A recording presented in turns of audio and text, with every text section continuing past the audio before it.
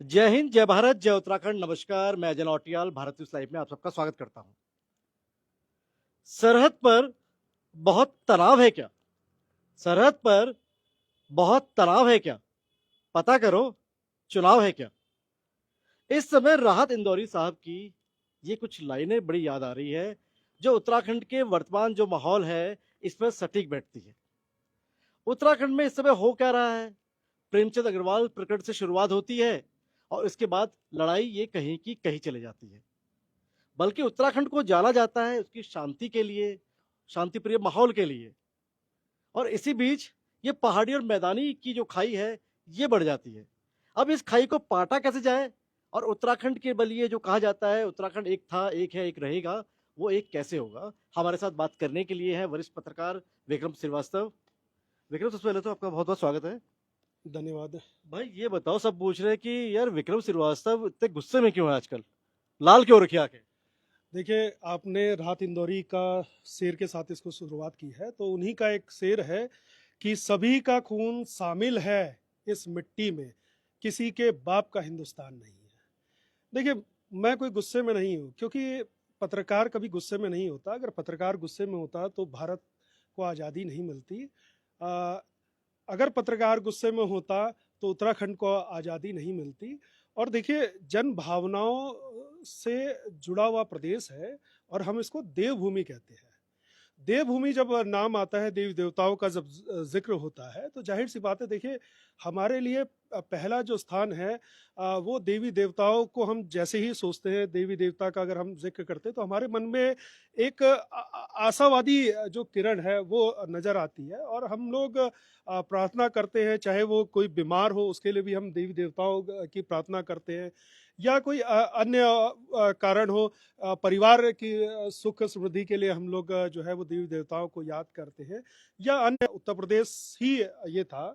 और मैं देहरादून आया, और देहरादून हम लोगों को एक शांत प्रदेश लगा।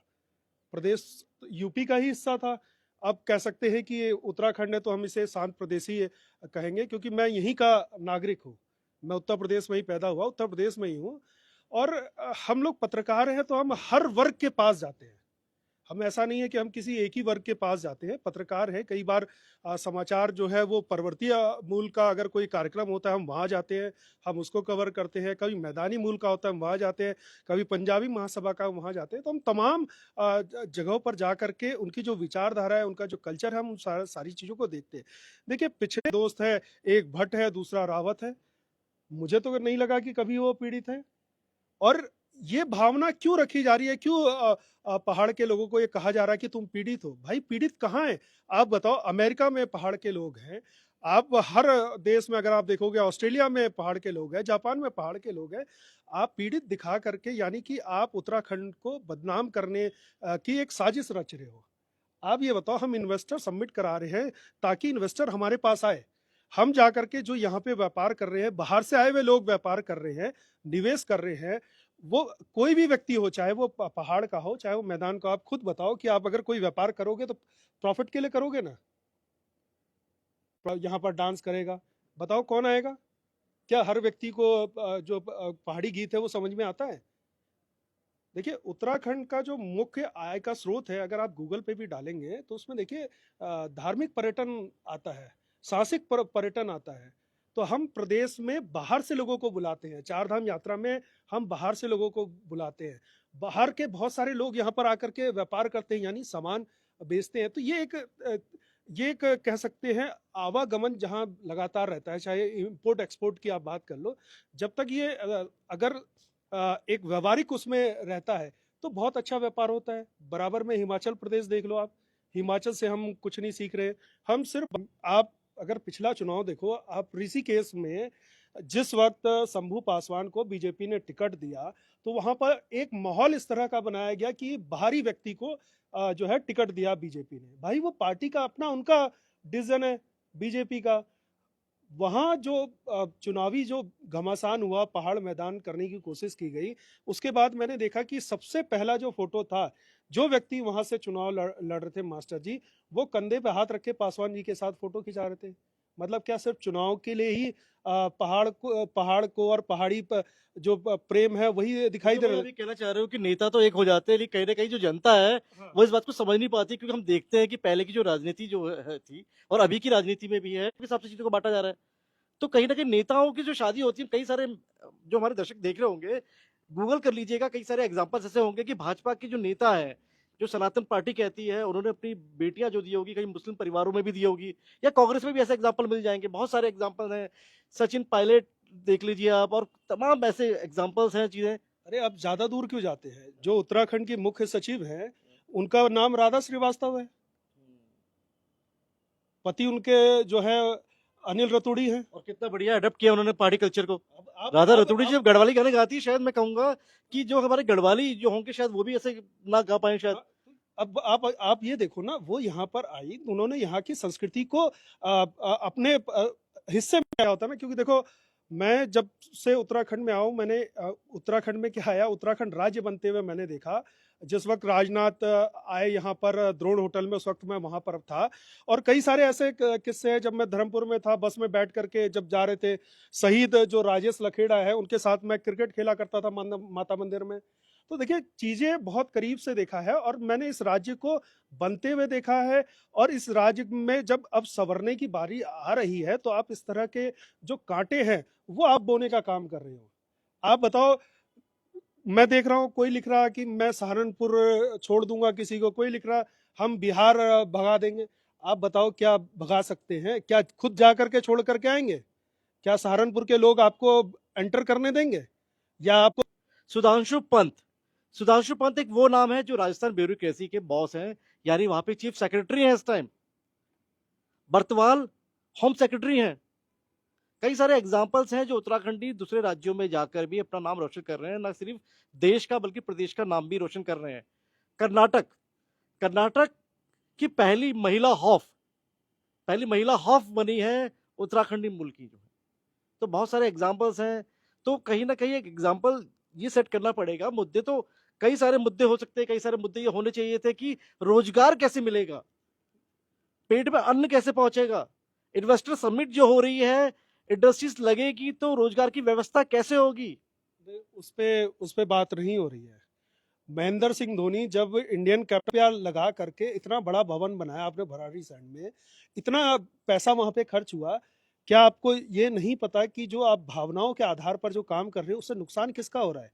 इस प्रदेश का नुकसान हो रहा है। अगर वही चीज, क्योंकि देखिए ये आप भी जानते हैं, मैं भी जानता हूं कि वहां का जो मौसम है वो फैमिलियर नहीं है सभी के लिए। पर्वतीय क्षेत्रों में जो माड़ा का रहने वाला है वो मैदान में आकर के नहीं रह सकता, क्योंकि वहाँ का जो वातावरण है, जो वहाँ वहाँ का जो सर्दियों का जो उनको तापमान जो झेलने की आदत है, वो मैदान में नहीं रह पाते हैं।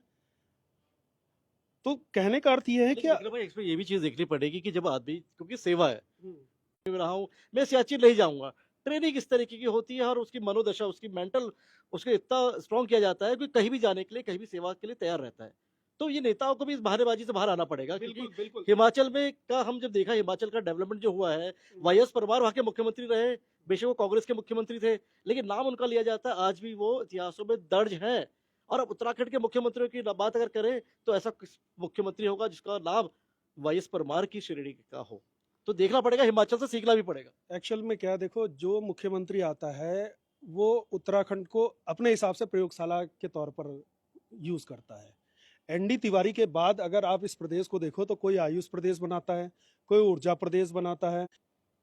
मेरे जो ये साले साहब हैं, क्योंकि आजकल साला भी बड़ा बवाल का कारण है, तो साले साहब इसलिए मैंने पहले लगा दिया। उत्तराखंड के अंदर रोजगार उनको नहीं मिला, वो यहाँ से ट्रेन में बैठ करके गए किसी के साथ जैसलमेर में, काम पसंद नहीं आया, जैसलमेर से वापस आ रहे थे, 2 मार्च की रात को ट्रेन से गिर के उनकी मृत्यु हो गई। मात्र 24-25 साल के थे। आप सोच सकते हो 5 आदमी पंचनामे के लिए जैसलमेर में नहीं मिला, 5 आदमी पंचनामे के लिए। आप सोचो कितना दुखद है। क्या वो उत्तराखंडी नहीं था? उत्तराखंडी था। रोजगार अगर उत्तराखंड में होता तो क्यों जाता वो जैसलमेर और ट्रेन से गिर के उनके आदमी हो? अरे भाई, मैं जनता का आदमी हूं, जनहित के विचारों को देखता हूं, मैं समाज को बंटने से रोकना चाहता हूं, मैं पढ़ता हूं। आप देखो, अगर आप मोबाइल में, अगर आप गूगल में खोलोगे ना, अगर अच्छी चीजें खोलोगे, आप उसमें पढ़ने का प्रयास करोगे, तो पूरा आपके पास भरा पड़ा है। अगर आप उसको आप शॉर्ट करके अगर केवल एक ही चीज को पढ़ोगे, तो आपकी मानसिकता को खराब करेगा। अब आप A for apple, B for ball, हम बचपन से पढ़ते हुए आ रहे हैं। अब अगर कुछ लोग ये बोले कि नहीं, ए से अली आता है और बी से बजरंगबली आता है, बी को पहले लाना है, ए को उसके बाद लाना है। मैंने ऐसा भी कई जगह सुना, स्कूल में पाकिस्तानी कह रहे हैं। आप ये सोचो, आप माहौल को क्या बना रहे हो। आज मेरी बेटी है, मैं उत्तर प्रदेश में था, उत्तर प्रदेश से उत्तराखंड बना। कल मेरी बेटी को अगर कोई ये बोले कि ये बाहरी है, तो क्या बीतेगी। क्या हम लोग उत्तराखंड का जब आंदोलन हो रहा था, देहरादून में जब थे, तो क्या हम लोग की भावना हमने रोका? या गैरसैंण में जब वहां पर भवन बन रहा था, तो क्या किसी ने रोका? भावनाओं का आदर सब करते हैं, लेकिन क्या होता है ना कि आपको उन तक मैसेज ऐसा देना चाहिए जिससे लगे कि हाँ, वाकई में प्रदेश की खुशहाली के लिए काम हो रहा है। जब आप दबाव बना करके कोई काम करेंगे ना, तो बिल्कुल नहीं होगा। बताइए, बार में जाकर के आप वहां पे कह रहे हैं कि गढ़वाली गाना, चाहे जौनसारी हो, क्या ये शराब बार में बैठ के सुनने के लिए बना हुआ? खुद आप बताओ, क्या ये उसके लिए बना हुआ? और कितने गढ़वाल के लोग हैं, मेरे बहुत सारे मित्र हैं जो देहरादून में रहते हैं, उनको गढ़वाली नहीं आती, तो क्या उनको आप पहाड़ी मानना बंद कर दोगे? वो पहाड़ी नहीं है। सिर्फ आप ही जो गैरसैंण में रह रहा है वही पहाड़ी है। एक सवाल यही है ना, पहाड़ी प्रदेश है, आप इसको किस ओर ले जाने का प्रयास कर रहे हो भाई? ये बताओ ना, आप किस ओर ले जाने का? आप कह रहे हो कि बनियों से सामान नहीं खरीदेंगे। आप बताओ ना कि हम पहाड़ में, पर्वतीय क्षेत्रों में हम क्या उगा रहे हैं? पड़ी हुई है, हम वहां कैसे खेती करें? कोई योगदान देने को तैयार नहीं है। त्रिवेंद्र सिंह रावत जब मुख्यमंत्री यहाँ पर थे, तो उनको खैरा सैंड का लाल कहा जाता था। खैरा सैंड के लाल पौड़ी के आज जो है हरिद्वार से चुनाव लड़ रहे हैं, हरिद्वार से सांसद हैं। अजय भट्ट नैनीताल से सांसद हैं, कभी वो रानीखेत से लड़ा करते थे। भाई, ये जो अनुभव ले रहे हैं, राजनीतिक जो अनुभव इनको मिला है, वो जाकर के उस क्षेत्र के लिए क्यों नहीं करते?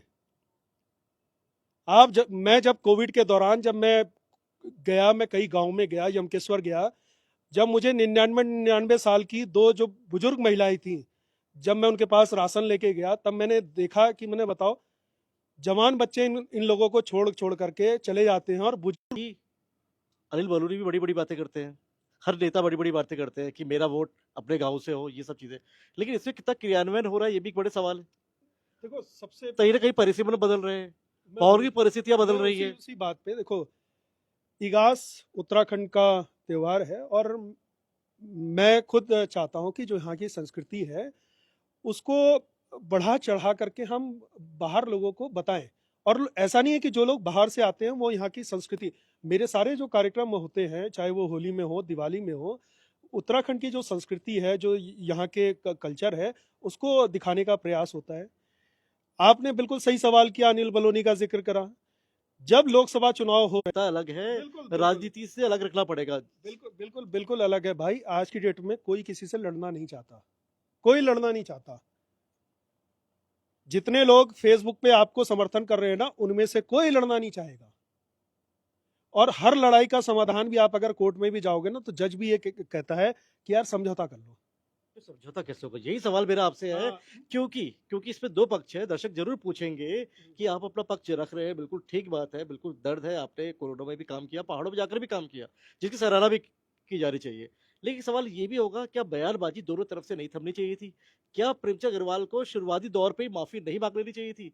ऐसा तो नहीं है कि जब ये आग, जो आज इतनी चीजें आती है, कुछ हिंसक बातें होती है, कुछ होती है कि हम सामान नहीं लेंगे, मैदानी क्षेत्र के जो दुकानदार है, उससे सामान नहीं लेंगे, तो मैदानी क्षेत्र के जो दुकानदार है वो भी दुकानें बंद कर लेते हैं। वो भी कहते हैं कि शरणार्थी है, पहाड़ी जो है तो सब शरणार्थी है, बाहर से आए हैं। लेकिन रिफ्यूजी एक वर्ड जो है, बहुत अच्छा वर्ड नहीं कहा जाता है, कहीं भी कहा जाए।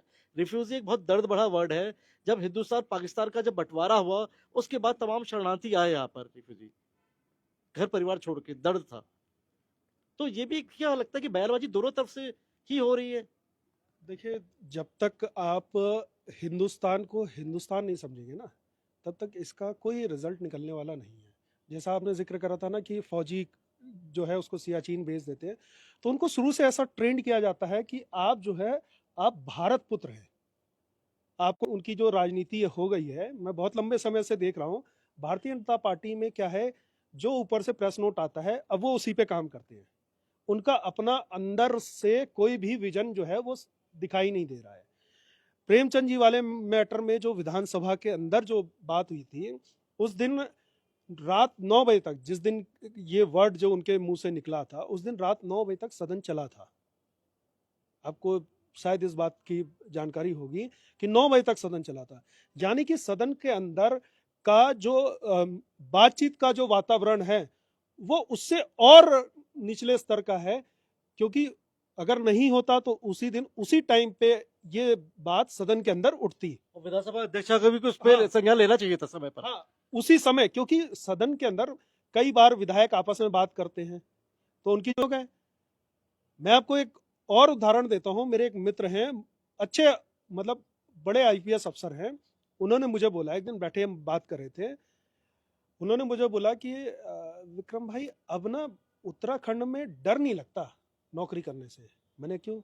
कह रहा पहले लगता था कि हाँ हमसे कुछ गलत ना हो जाए, अब लेकिन नहीं लगता। अब आप सोचो कि एक आईपीएस अफसर ये बात कह रहा है कि अब हमें कोई डर नहीं लगता, तो इसका मतलब क्या है कि सिस्टम को इतना नकारा और इतना खराब कर दिया है नेताओं ने सिर्फ अपने प्रॉफिट के लिए। कोई भी एक नेता, कोई भी एक विधायक आप उठा करके उसका अगर आप आर्थिक उसका जो ग्रोथ देखोगे ना, तो आप दंग रह जाओगे। बताओ कौन सा ऐसा मंत्री नहीं है जब लड़े उसको इतने वोटों से हराओ, मैं खुद कह रहा हूं इतने वोटों से हराओ कि वो दोबारा चुनाव लड़ने की ना सोच सके। ऐसे लोगों को आपके पास अधिकार है ना, वोट का अधिकार है।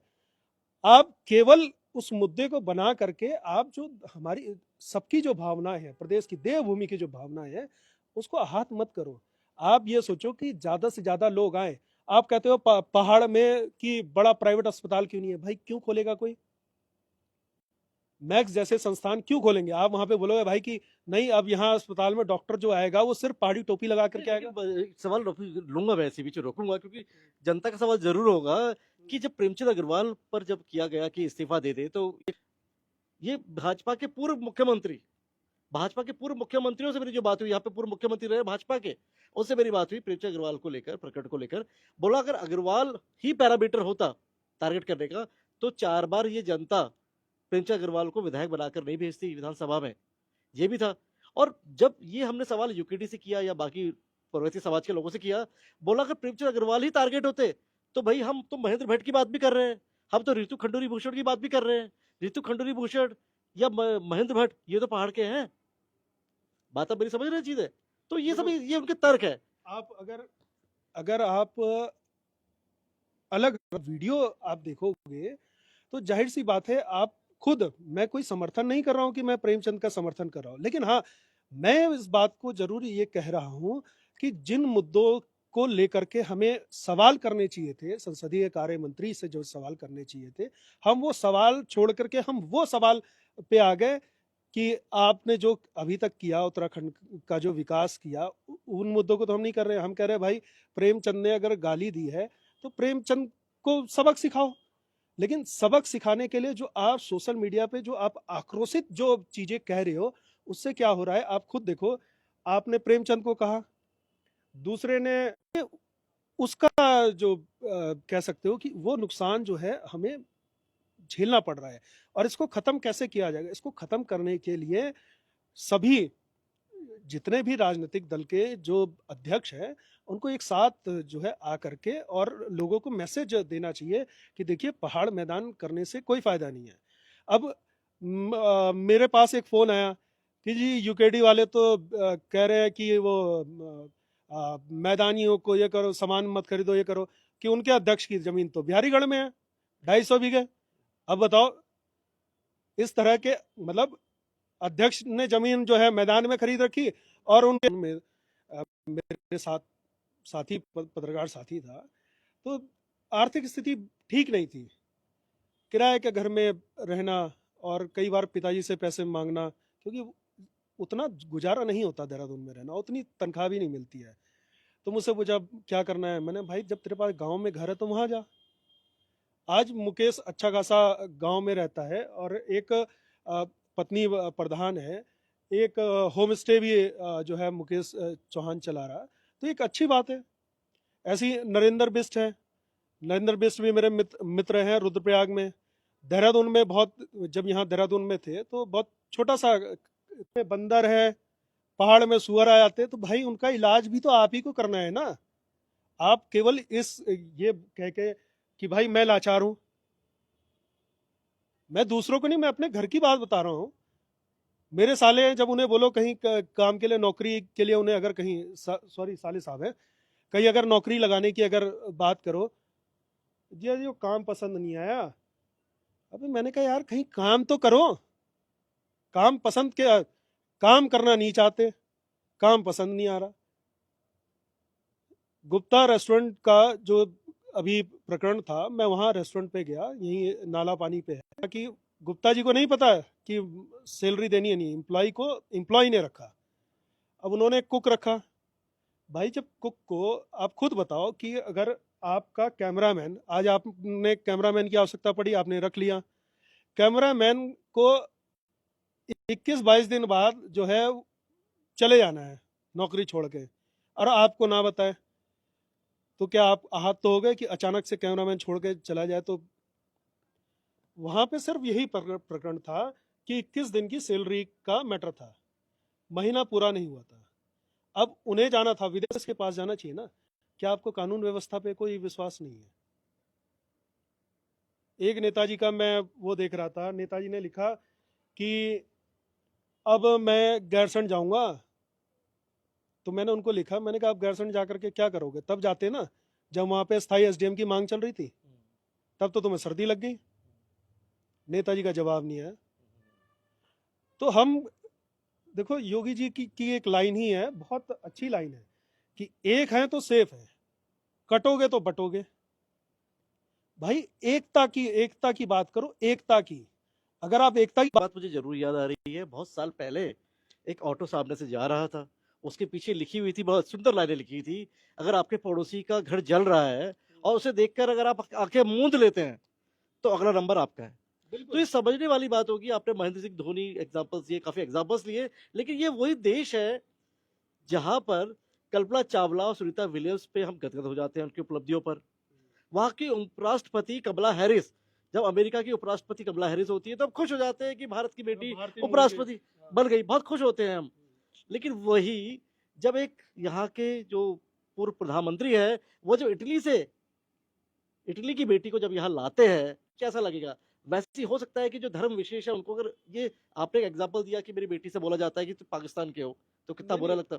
मेरी बेटी नहीं, जिस वक्त मैंने बताया ना नहीं, कि आपके वो हाँ, दोस्त, जो हाँ, दोस्त है, उनकी बेटी, हाँ, उनकी बेटी के लिए कहा गया कि बेटे के लिए कहा गया। बेटे के लिए कहा गया आप पाकिस्तान के हो, तो कितना बुरा लगता होगा। तो कहीं ना कहीं लगता है कि इसकी शुरुआत हम लोग करते हैं, जब तक ये आज हम पर नहीं बैठती, हम तक नहीं होती, हम नहीं जलते उसके लपेटे में। हम नहीं हाँ, रिजल्ट का देखो, मानना पड़ेगा इस बात को, क्योंकि बिल्कुल। धर्म के हिसाब से बंटवारा हुआ, जाति के हिसाब से हम ओके रहे, हम जाति के हिसाब से भी हंसते रहे, हाँ बहुत बढ़िया।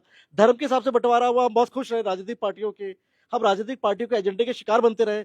जब तक ये आज के लपेटे में हम खुद नहीं आ गए, तब तक हमें एहसास ही नहीं हुआ। खराब हो रहे हैं, पड़ोसी है हमारा, श्रीलंका, हमारे रिश्ते खराब हो रहे हैं। बांग्लादेश, जिस बांग्लादेश को हम एक तरह से फंडिंग करते थे, सारा मतलब हमारा पूरा होल्ड था, आज उस बांग्लादेश में भारतीय भगाओ जैसे वहां पे नारे लगे। तो इसका मतलब पड़ोसियों के साथ व्यवहार आपको अच्छा रखना चाहिए, तभी आपका घर सेफ रहेगा। अगर आप जहां पर रह रहे हैं, आपके पड़ोसियों के साथ आपके तालमेल अच्छे नहीं है ना, तो आप घर, जब आप ताला लगा करके जाते हो ना, तो आप चैन से नहीं रह सकते। कोई भी अगर घर बनाता है, आप कोई भी अगर घर बनाएगा ना, तो घर बनाने में श्रीवास्तव, केवल श्रीवास्तव से घर बनवाएगा तो कभी जिंदगी में नहीं बन या तो जो घर बन भी रहे देहरादून में, जितने पहाड़ी यहाँ रह रहे होंगे, वो देख रहे होंगे जो घर बनाने वाले जो मजदूर है ना, वो सब बाहर से ही है, और उनका योगदान ना हो तो शायद वो घर बनकर खड़ा भी ना हो। बिल्कुल। देखो, सबका समाज में कहीं ना कहीं योगदान है। जिस प्रदेश में ये कहा जाता है बेरोजगारी है, उसी प्रदेश में आप देखो, विधानसभा के पास रिस्पना पुल पे सुबह सैकड़ों की तादाद में मजदूर खड़े हुए दिखाई देंगे। और हमारे लोग जो हैं वो इन कामों को करने से परहेज करते हैं। मेरे साले की जो मृत्यु हुई उसका सबसे बड़ा कारण क्या था? मेरा लास्ट सवाल आपसे लूंगा, क्या लगता है कि जो पर्वतीय मूल के हो, क्योंकि अपराध अपराध होता है, अपराध की श्रेणी में कोई पहाड़ी या मैदानी नहीं होता है। गलती चाहे वो जानबूझकर हो, चाहे वो भूलवश हो गई हो, चाहे वो किसी एग्रेशन मोड में हो गई हो, गलती हो जाती है कई बार। क्या लगता है, चाहे पर्वतीय मूल के हो चाहे मैदानी मूल के है तो सब उत्तराखंडी, दोनों पक्षों को ही बैठकर माफी मांगनी चाहिए अगर गलती हुई है, सुलह समझौता करना चाहिए, गले मिलना चाहिए। देखो, बिल्कुल मैं आपकी बात से सहमत हूँ। माफी मांगने से कोई ना तो कमजोर हो जाता है और ना ही उसकी कोई प्रतिष्ठा पे कोई ठेस पहुंचता है। माफी तो मैं कहता हूँ जहां पर आपको लग रहा हो कि आपकी माफी से समाज आपके माध्यम से ही, मैं सभी लोगों से माफी मांगता हूं अगर कोई मेरी बात आप लोगों को कोई ऐसी लगी हो जो मुझे नहीं कहनी चाहिए थी। लेकिन देखिए, मेरी भावनाएं अंदर से सिर्फ यही है कि मैं जिस जगह पे रह रहा हूँ, देवभूमि में रह रहा हूँ, उस देवभूमि का विकास हो, विनाश ना हो। क्योंकि हम लोग उन चीजों को दूर तक देख लेते हैं जिन चीजों को के बारे में आप शायद नहीं सोच पाते। और मैं बहुत दुख के साथ ये कह रहा हूँ कि जिस तरह का वातावरण बनाया जा रहा है वो बेहद खतरनाक है। बेहद खतरनाक है, और क्योंकि ये लोकतंत्र का चौथा स्तंभ है मीडिया, तो शांत प्रदेश में हर कोई सहमा और डरा है। मेरे इस शांत प्रदेश में हर कोई सहमा और डरा है, रंग जिसका ना केसरिया ना हरा है। समझना पड़ेगा, ये उत्तराखंड के 13 जिले हैं, 13 के 13 जिला उत्तराखंड है, हर कोई उत्तराखंडी है, सबको मिलकर आगे आना होगा। अगर किसी से गलती हुई है तो एक बड़ा दिल दिखाना होगा, माफी मांगने से पीछे नहीं हटना पड़ेगा। राजनेता अपनी राजनीतिक रोटियां सेकते रहेंगे, जनता को समझना होगा